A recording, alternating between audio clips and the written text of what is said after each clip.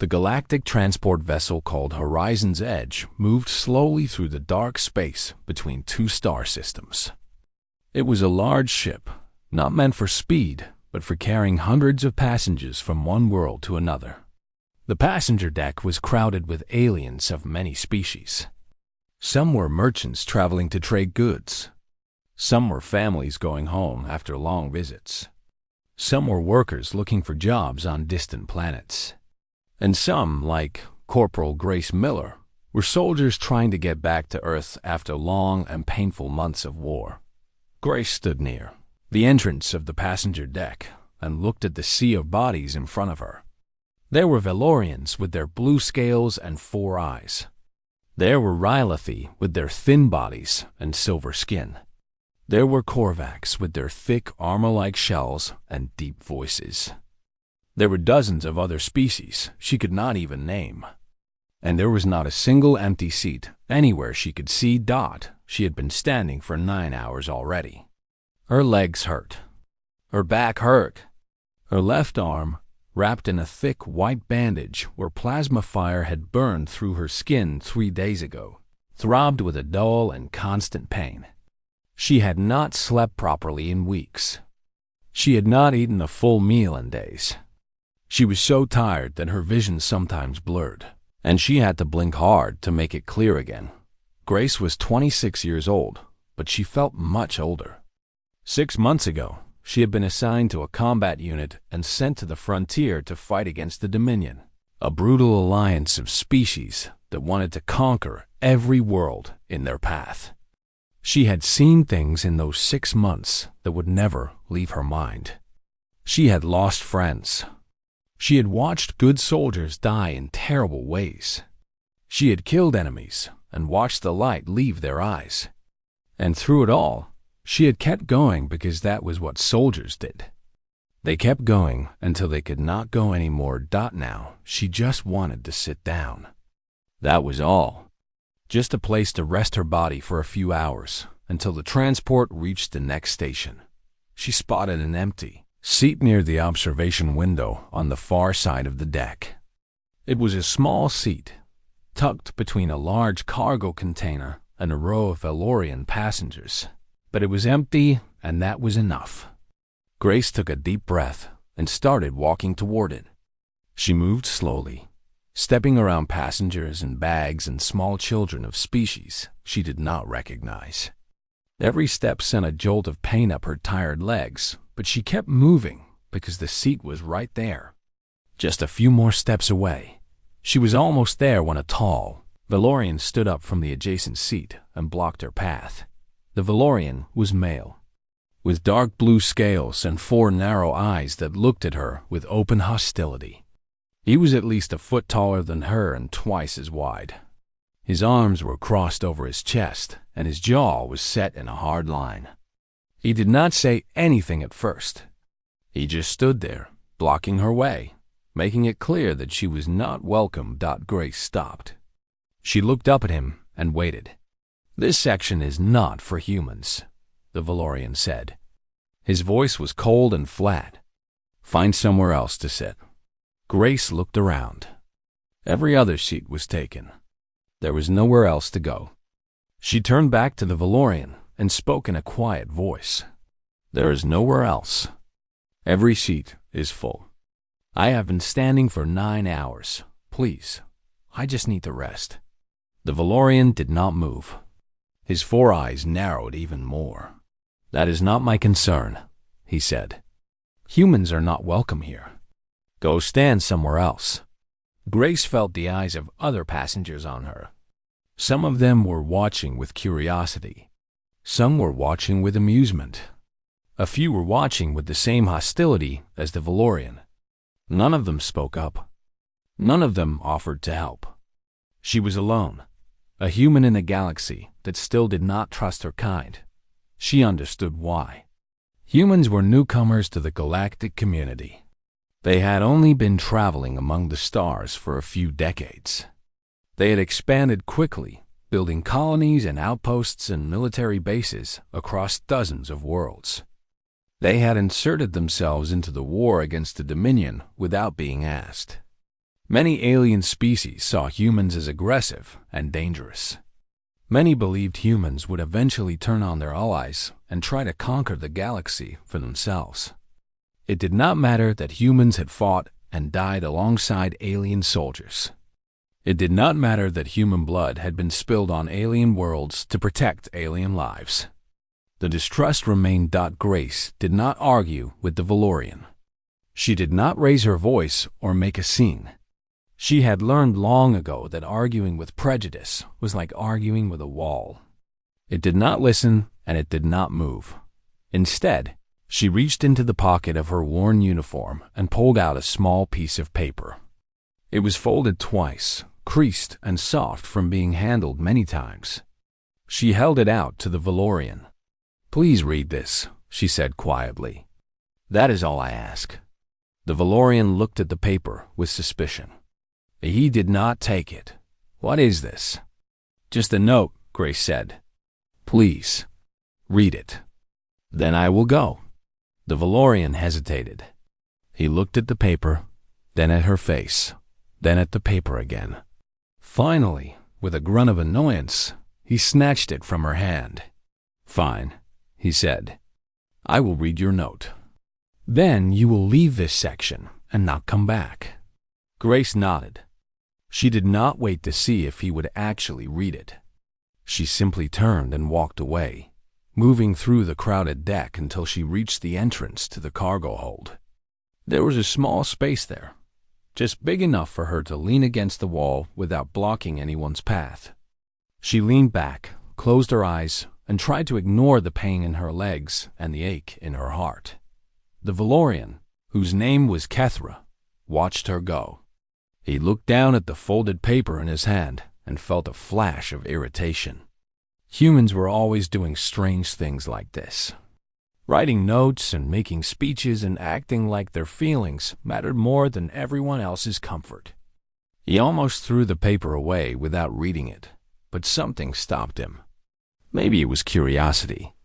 Maybe it was the look he had seen in the human woman's eyes. A look of deep exhaustion and quiet sadness that he had not expected.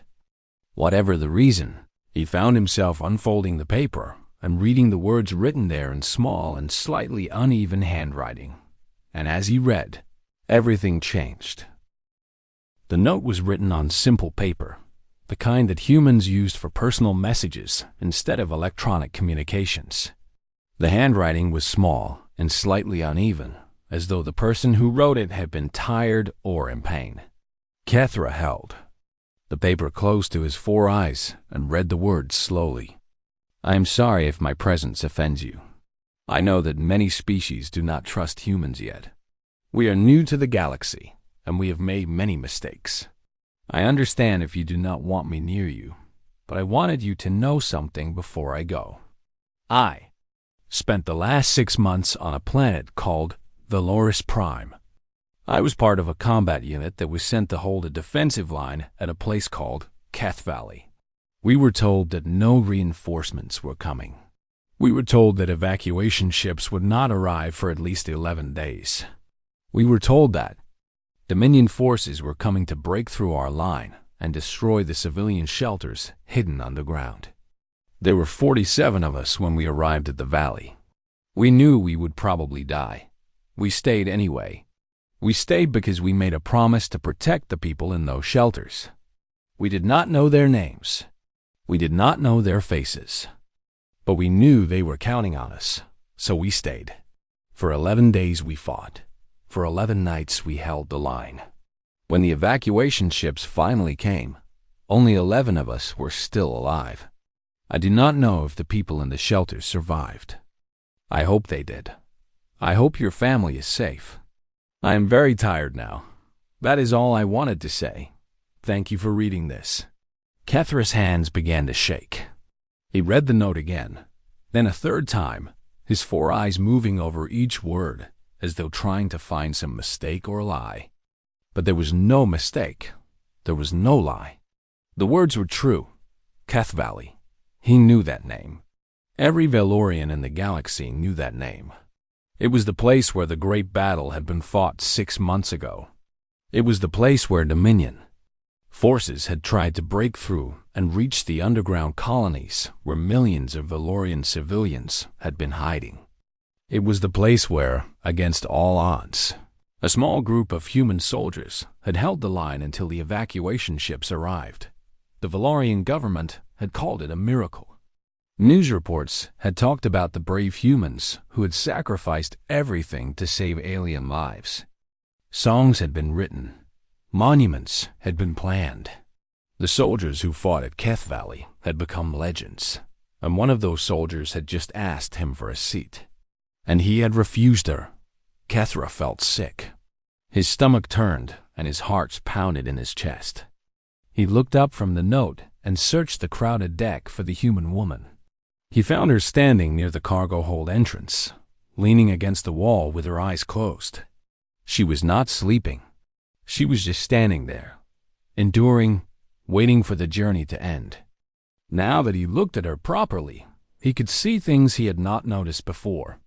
He could see the dark circles under her eyes from lack of sleep. He could see the faded burn marks on the side of her neck, scars from weapons fire that had come too close. He could see the way she stood with her weight on her right leg, favoring her left side where some injury must have hurt her.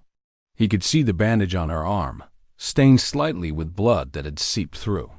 He could see the 1,000-yard stare of a soldier who had seen too much death and was still trying to find her way back to normal life. She was a hero. She was one of the 11 survivors of Keth Valley. She had fought for 11 days to protect people she had never met. And he had blocked her from sitting down because she was human. Kethra thought about his family. His mother lived on Velarus Prime in a city near the Keth Valley region. His younger sister lived there too, along with her infant daughter, a tiny blue-scaled baby who had been born just 2 months before the Dominion attack. When news of the invasion had reached him, Kethra had been terrified. He had tried to contact his family, but communications had been cut off. For 11 days he had waited, not knowing if they were alive or dead, not knowing if he would ever see them again. Then the evacuation ships had arrived, and his family had been saved. His mother had sent him a message telling him they were safe, that they had been hiding in Shelter 17, that human soldiers had protected them until the end. She had cried when she told him. She had said that she would be grateful to those humans for the rest of her life. And now one of those humans was standing 20 feet away from him, exhausted and wounded and alone, and he had treated her like garbage. Kethra stood up. His legs felt weak, but he forced himself to move. He walked through the crowded deck toward the cargo hold entrance, toward the human woman who had given so much and asked for so little. Other passengers watched him with confusion. A Valorian approaching a human was unusual. A Valorian approaching a human with visible emotion on his face was almost unheard of. Grace opened her eyes as he stopped in front of her. She did not speak. She did not show anger or resentment or any emotion at all. She just looked at him with those tired brown eyes and waited for whatever he was going to say. "You were at Keth Valley," Kethra said. His voice was not steady. "You were one of the soldiers who held the line." Grace nodded slowly. "Yes, my family was in the shelters," Kethra continued. He had to force the words out past the tightness in his throat. "Shelter 17, my mother, my sister, her baby daughter. They were there when the Dominion came. They were there for all 11 days. Something flickered in Grace's eyes. A small spark of light in all that exhaustion. "Shelter 17, she repeated quietly. That was in the eastern section. We could hear them sometimes, through the ground. Voices, babies crying. We used to talk about them during the nights. We used to remind ourselves why we were fighting." Kethra's 4 eyes filled with moisture. Valorians did not cry often, but when they did, the tears came from all 4 eyes at once. He blinked hard to keep them from falling. "They survived," he said, "because of you, because you stayed. My mother told me about the human soldiers who protected them. She said she would never forget. Grace looked at him for a long moment. Then she nodded again, a small and tired movement. "I am glad they made it out," she said. "I am glad your family is safe." The words were simple, but Kethra could hear the weight behind them. He could hear the relief and the sorrow and the exhaustion all mixed together. He could hear the voice of a woman who had given everything she had, and was still not sure if it had been enough that he had to make this right. He did not know how, but he had to try. "Please," Kethra said, and his voice broke slightly on the word. "Please come sit down. Take my seat. Let me help you. It is the least I can do for someone who saved my family." Grace looked at the Valorian standing in front of her and did not know what to say. She had written that note and given copies of it to many people over the past few weeks. She had learned to expect nothing in return. She had learned that most people would read the note and feel nothing, or read the note and not believe it, or simply throw the note away without reading it at all. She had stopped hoping for understanding or kindness. She had stopped expecting the galaxy to care about what she had done or what she had lost. But this Valorian was different. She could see it in his 4 eyes, which were wet with tears he was trying not to shed. She could see it in his trembling hands, which still held her note like it was something precious. She could see it in the way his whole body had changed, from hostile and rigid to open and almost pleading. "You do not owe me anything," Grace said finally. Her voice was quiet and rough from exhaustion. "I was just doing my job. I was a soldier following orders. That is all." Kethra shook his head firmly. The tears in his eyes began to fall, running down his blue scales in thin, wet lines. "No," he said. "That is not true.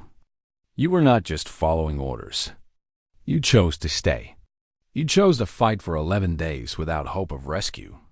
You chose to die for people who were not your own species, who you had never met, who you would never know.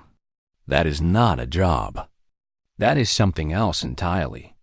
That is something I do not have words for." Grace was silent for a moment. She thought about the valley. She thought about the long nights and the endless attacks and the screaming of wounded soldiers. She thought about Sergeant Danny Brooks, who had been her friend and mentor, who had taken a plasma bolt to the chest on the 4th day and died in her arms. She thought about Private Lucy Hart, who had been only 19 years old, who had been so scared that she cried every night but still got up every morning and fought like a demon. She thought about all the others, the 36 soldiers who had not made it out, whose names were burned into her memory forever. She thought about the sounds she had heard through the ground, the distant voices of civilians huddled in the shelters below, the crying of babies, the murmured prayers of mothers trying to keep their children calm. She thought about how those sounds had kept her going when everything else had failed, how she had told herself over and over again that those people needed her to hold the line, how she had decided that she would die before she let the Dominion break through. "We made a promise," Grace said quietly. "Before the battle started, our commander gathered us together and made us promise that we would protect those shelters no matter what. He said that the people down there were counting on us. He said that if we failed, thousands of innocent people would die. So we promised. And when you make a promise like that, you do not break it. No matter how tired you are, no matter how scared, you do not break it."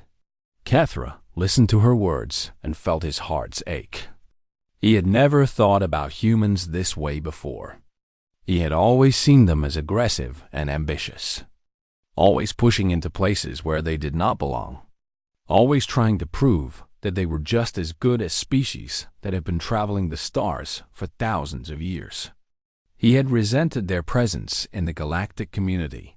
He had believed all the rumors about their selfishness and their arrogance. But this woman standing in front of him was not selfish or arrogant. She was tired and wounded and humble. She had saved his family, and she was not even asking for gratitude. She was not demanding respect or recognition. She was just trying to find a place to sit down and rest her broken body. Kethra reached out and took her hand. It was a gesture of profound respect among Valorians, reserved for warriors and heroes and those who had earned the deepest admiration. Grace looked surprised, but she did not pull away. "I am sorry," Kethra said. The words came from deep inside him, from a place of shame and regret that he had not known existed until this moment. "I am sorry for how I treated you. I am sorry for blocking your path. I am sorry for speaking to you with disrespect. I was wrong. I was so wrong." Grace squeezed his hand gently. "It is okay," she said. "You did not know. How could you know? I am just another human in a worn uniform. There is nothing about me that says I am different from any other." "But you are different," Kethra insisted. "You are one of the 11. You are a hero of Keth Valley. Everyone should know who you are and what you did." Grace shook her head slowly. "I do not want everyone to know. I do not want to be a hero. I just want to go home. I just want to see my family again.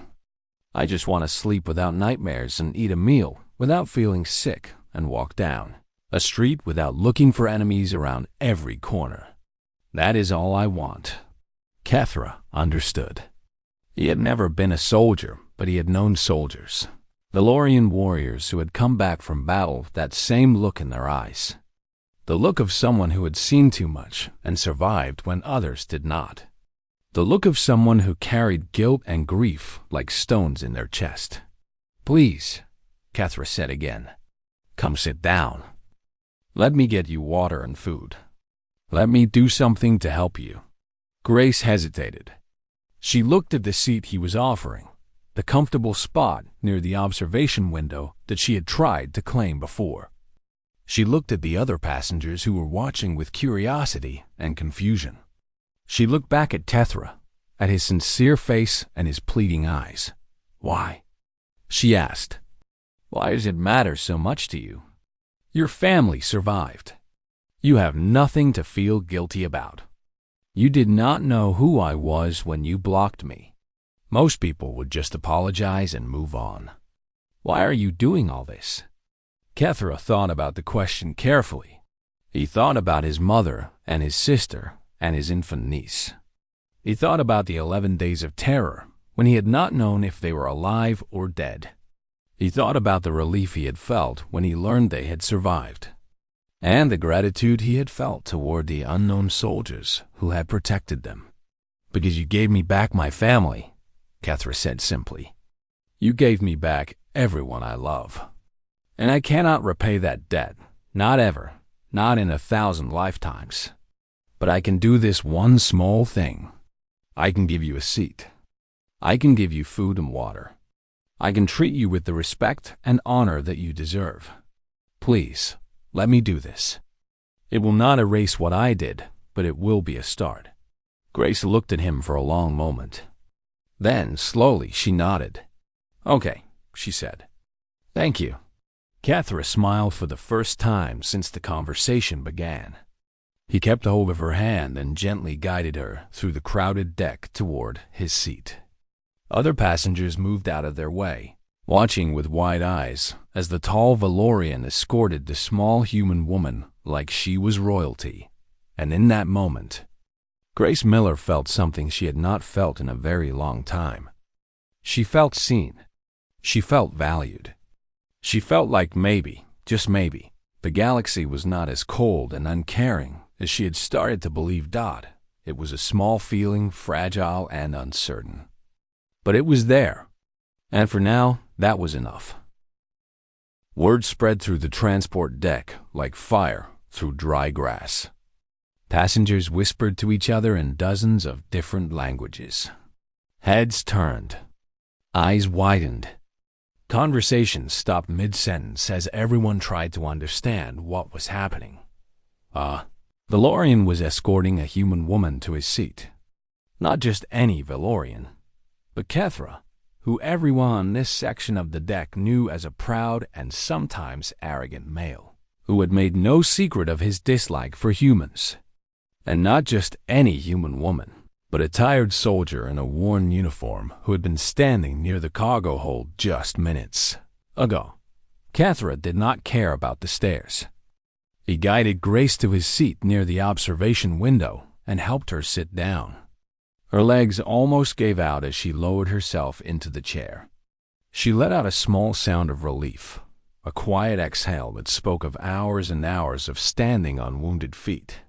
"Wait here," Cathra said. "I will get you water and food." Grace nodded weakly.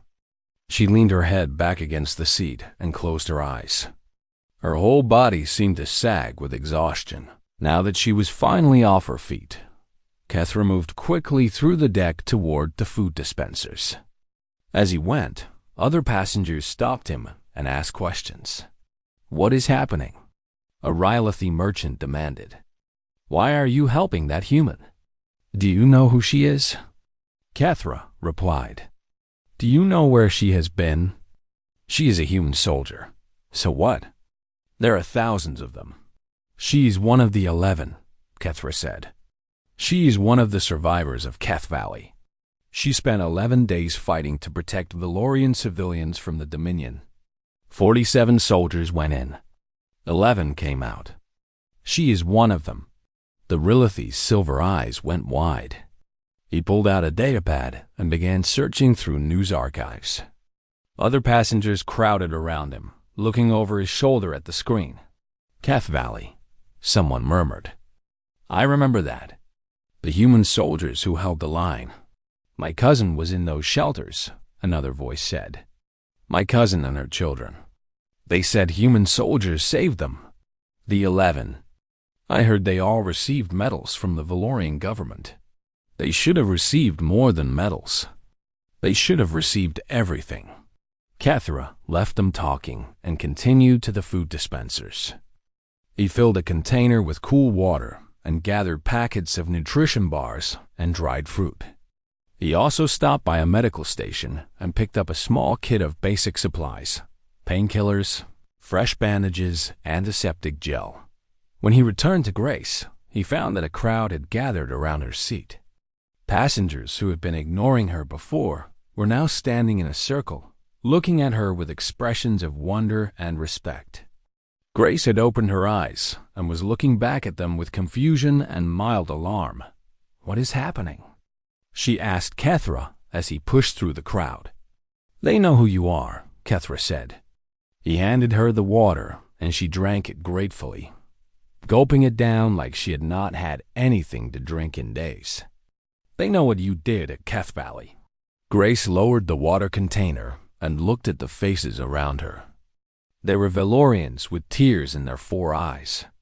There were Rylathi nodding their thin heads with respect. There was an old Korvax veteran standing at the edge of the crowd, watching her with something like recognition in his deep-set eyes. "I did not ask for this," Grace said quietly. "I do not want this attention." "I know," Cathra said, "but you deserve it, and they need to give it. They need to show you what your sacrifice means to them." One by one, passengers began to step forward and offer Grace things. A Valorian woman handed her a soft blanket. A Rylathi merchant gave her a package of expensive imported chocolates from Earth. A Venery family offered her a cushion for her back. Everyone wanted to give her something, to show her that her sacrifice had not been forgotten, that it mattered, that she mattered. Grace accepted each gift with quiet thanks. Her eyes were wet, but she did not cry. She had stopped crying months ago, somewhere between the 3rd day of the battle and the 11th, when there was no more room inside her for tears. Then the old Korvax veteran stepped forward. He was ancient, his shell scratched and dented from battles fought in wars that happened before humanity had even reached the stars. He stood in front of Grace and looked at her with his deep, dark eyes. "I know that look," he said in his rumbling voice. "I have seen it in the mirror many times. You carry the dead with you. All soldiers do." Grace nodded. "Every day," she whispered. "Every night. They never leave." "They never will," the Korvax said. "But you learn to carry them. You learn to make their weight mean something. You honor them by living, by being worthy of the life they gave you. He raised one massive hand and pressed it to his chest, then extended it toward Grace in a slow and deliberate gesture. It was a salute, an ancient one, from a warrior tradition that was older than most civilizations in the galaxy. I have not given this salute in 60 years, the Korvax said. I have not met anyone worthy of it. Until now. You have my respect, human soldier. You have the respect of every warrior who has ever held a line against impossible odds. You are one of us now. Grace stared at him. She did not know what to say. She had never expected anything like this. She had expected nothing but hostility and suspicion and the cold indifference of a galaxy that did not care about humans or their sacrifices. But here was a Korvax veteran, ancient and battle-scarred, giving her a salute that he had not given anyone in 60 years. Here were passengers from a dozen different species, crowding around her with gifts and tears and words of gratitude. Here was Kethra, the same Valorian who had blocked her from sitting down just minutes ago, now standing beside her like a guardian, like a friend. A young Valorian female pushed through the crowd and stopped in front of Grace. She was Kethra's sister, Grace realized, or perhaps a cousin. She had the same shade of blue scales and the same shape of eyes. "May I ask you something?" the young female said. Grace nodded. "When my brother blocked you from sitting, why did you not tell him who you were? Why did you not show him that note immediately and demand the respect you deserved?" Grace thought about the question. She thought about all the times she had been refused service or denied entry or told to leave. She thought about all the notes she had handed out to hostile strangers, hoping that maybe one of them would read it and understand. Because respect should not have to be earned with proof, Grace said slowly. It should be given freely. Every person deserves to be treated with basic dignity until they prove they do not deserve it. I should not have to show a note to prove that I am worthy of kindness. I should not have to list my accomplishments to deserve a seat. I was hoping your brother would offer me respect because I am a person, not because I am a hero. I was hoping the galaxy would be better than it has been. She paused and looked at Kethra, who was standing with his head bowed and his 4 eyes wet with fresh tears. But I do not blame him, Grace continued. I do not blame any of you. Trust is hard. It takes time to build and only seconds to destroy. Humans are new to this galaxy. We have not yet proven that we deserve to be trusted. All we can do is keep trying. Keep holding our promises. Keep protecting people who need protection. And hope that someday the galaxy will see us for who we really are. The young Valorian female nodded slowly. She reached out and took Grace's hand, just as Kethra had done before. I think that day is coming sooner than you know, she said. Because of people like you. The transport continued its journey through the darkness of space. Hours passed. The crowd around Grace eventually dispersed as passengers returned to their seats and their own affairs. But the mood on the deck had changed. People spoke in softer voices. They looked at each other with new eyes. The human soldier sitting near the observation window had reminded them of something important, something they had perhaps forgotten in the rush of their daily lives. Sacrifice matters. Kindness matters. The things we do for strangers can change the world. Kethra did not leave Grace's side. He sat on the floor next to her seat, refusing offers from other passengers to give him their chairs.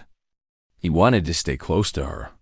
He felt responsible for her now, connected to her in a way he could not fully explain.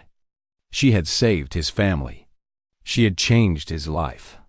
And he had treated her so badly before he knew the truth.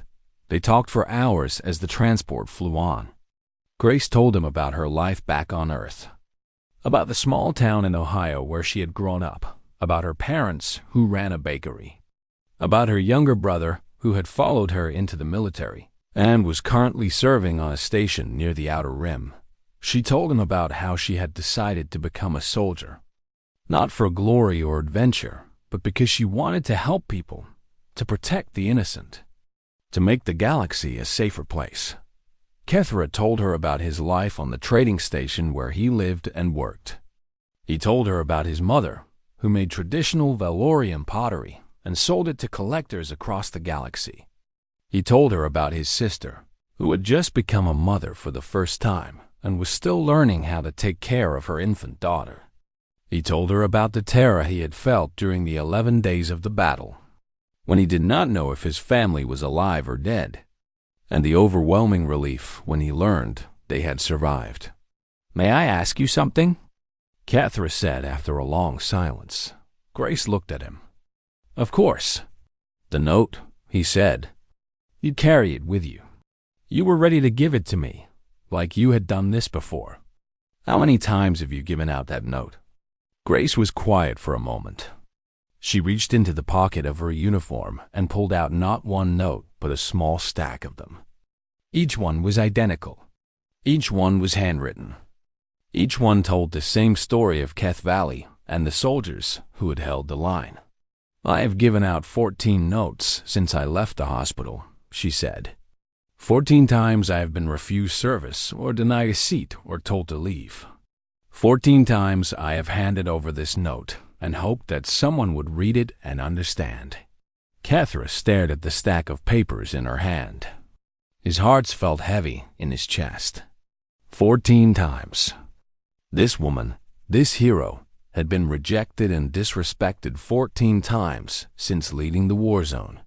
She had fought for 11 days to save alien lives, and this was how the galaxy repaid her.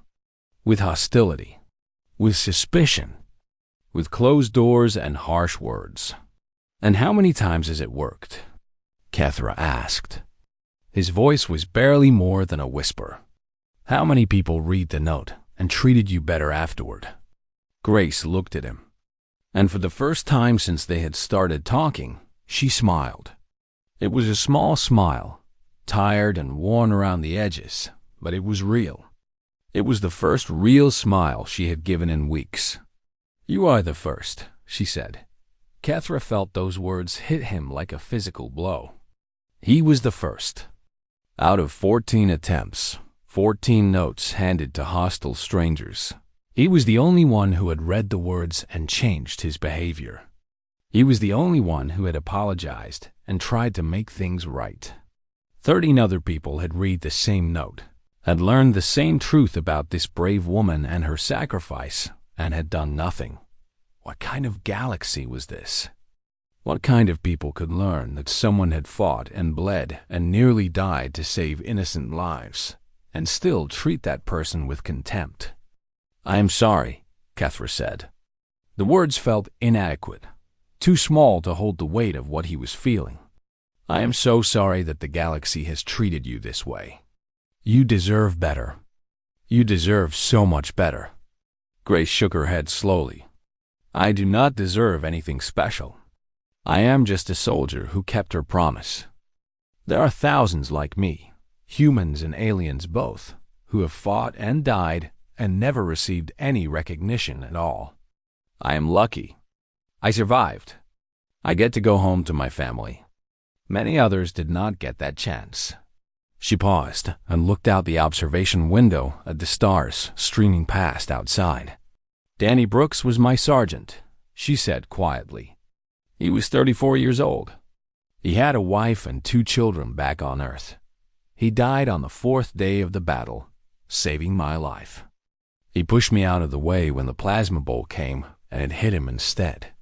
His last words were to tell me to keep fighting, to hold the line, to make sure the people in the shelters survived." Kethra listened in silence.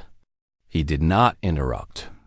He understood that Grace needed to say these things, needed to speak the names of the dead and keep their memory alive. Lucy Hart was our youngest soldier. She was 19. She had never even been in real combat before Keth Valley. She was so scared that she cried every night, but every morning she got up and fought like she was 10 feet tall. She died on the 9th day, holding a defensive position while the rest of us fell back. She knew she would not survive, but she held that position anyway. She saved 6 lives that day. Grace turned back to Kethra. Her eyes were dry, but there was an ocean of grief behind them, deep and endless. "I carry them with me," she said. "Danny and Lucy and all the others. I carry them everywhere I go. And when people treat me badly, when they refuse to let me sit or tell me I am not welcome, I think about what my friends died for. They died so that alien families could survive. They died believing that the galaxy would be grateful, that their sacrifice would matter, that humans and aliens could learn to trust each other someday. And then I walk into a transport and get told to go stand somewhere else because I am human." She held up the stack of notes in her hand. "That is why I write these notes. Because I want people to know. I want them to understand what humans have given for this galaxy. Not for recognition or praise, but so that maybe, just maybe, the next human soldier who walks onto a transport will not be treated the way I was. So that my friends did not die for nothing." The transport shuddered as it began to decelerate. They were approaching the station where many passengers would disembark. Outside the observation window, the lights of the station grew brighter and larger. Kethra made a decision. He reached out and gently took the stack of notes from Grace's hand. She looked at him with surprise. "I am going to tell this story," Kethra said. His voice was firm with new purpose. "I am going to tell everyone I meet what happened here today. I am going to make sure people know about you and your friends and what you sacrificed. And I am going to challenge every person who hears this story to treat humans differently, to give them the respect they deserve. To remember that beneath every uniform is a person who might have given everything to save lives." Grace stared at him. "You do not have to do that." "I know," Kethra said. "But I want to. You asked nothing of me. You expected nothing. You gave me that note and walked away without hope. But I am not going to walk away.